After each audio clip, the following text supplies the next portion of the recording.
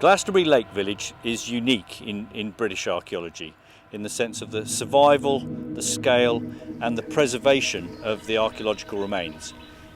Settlement probably provides our best, kind of most comprehensive idea of Iron Age life of anywhere we've got in the UK.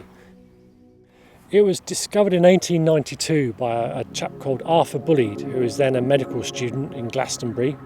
And then from 1892 to 1907, he excavated it in company with a chap called Harold Sir George Gray, who was the curator of the Somerset County Museum.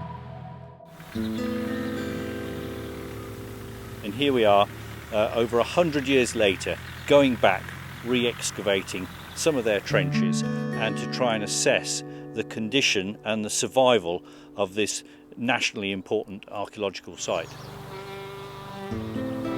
We've done some extensive monitoring work in this field where we've looked at how the water tables varied over time.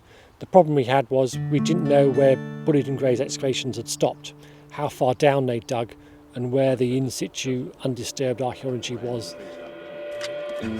So we've done 5 small trenches across the site to try and answer that question in those locations, see what height the archaeology is at, take samples to see what condition it's in, and then we can relate back to our water monitoring data.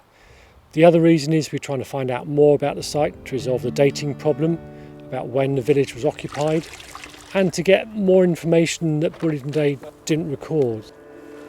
The importance of going back today in the 21st century is to try and, as it were, to understand a little bit more about what they did, check the scale of their drawings, check the quality of their recording, but then on top of that we can now add modern research techniques.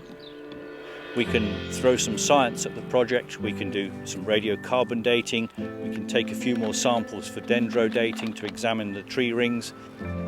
It's a very rare opportunity to investigate and see the wonderful archaeology that's here and see walkways that people have walked on back 2,000 years ago. It's fabulous, really. This project is very much a partnership project between the County Council Heritage Service and indeed English Heritage, who are funding a lot of the specialist scientific research. Also with the local community, the Avalon Marshes Landscape Project, opportunities for some volunteers to come and help on the dig and working on the project.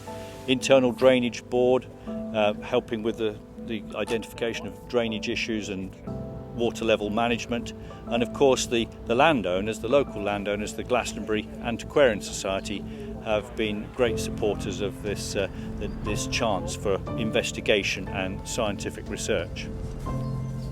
We won't have all the answers until we do lots of scientific analysis later on, but it looks like from all these trenches we've done, we've got a lot of potential for answering a lot of questions about the site and probably throwing up a few new ones too.